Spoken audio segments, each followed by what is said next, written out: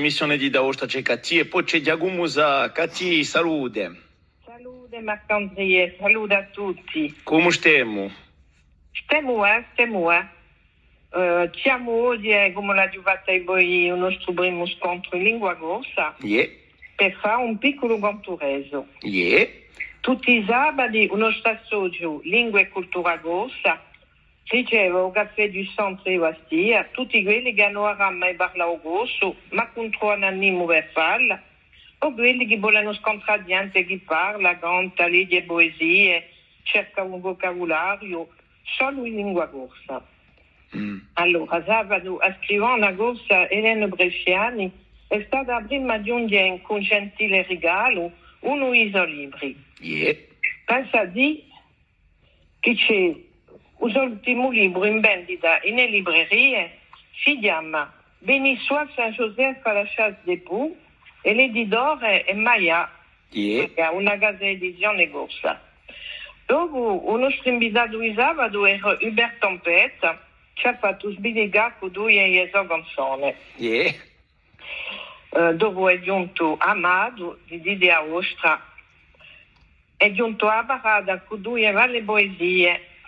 E gli altri partecipanti hanno tanto apprezzato, ma hanno detto a Zoya con gran piacere.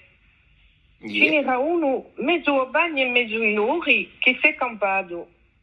E anche tutti gli altri non hanno avuto abbastanza ora per poterci ransarmi di tutto ciò che gli tenia a cuore.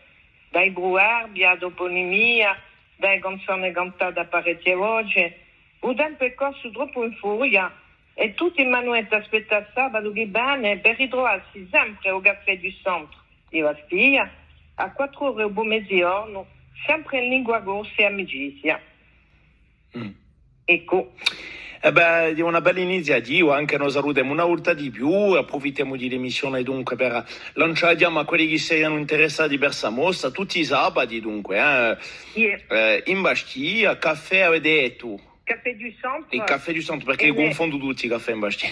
Si trova quando poi non sta a piazza Santo Nicolà, in cima qua su, quando poi non sta Boulevard Paoli attraversa, e lui è così. In faccia c'è quello che fa i ritratti. D'accordo, ma penso che a gente vi erano loro. Remio, si chiama Remio, non è mica troppo conosciuta.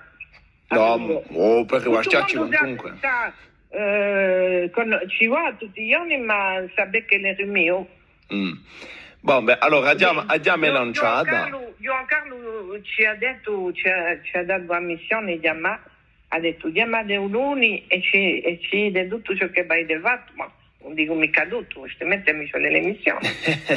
Ma mi face piacere di stare perché ci cascava di parlare con voi di sto scontro. No, ma sicuro è un piacere, una volta di più. È Mauda Josiane di Aostra, è Mauda Amado, dunque aspettiamo tutti quelli di Aostra. Voilà, che fa che non fa uso saluto e ha passato una stonda, hai detto. E ciò che voglio dire di noi è che gli artisti sono da consento per partecipare, avremo per esempio a EPO, eccetera, altri e professori università.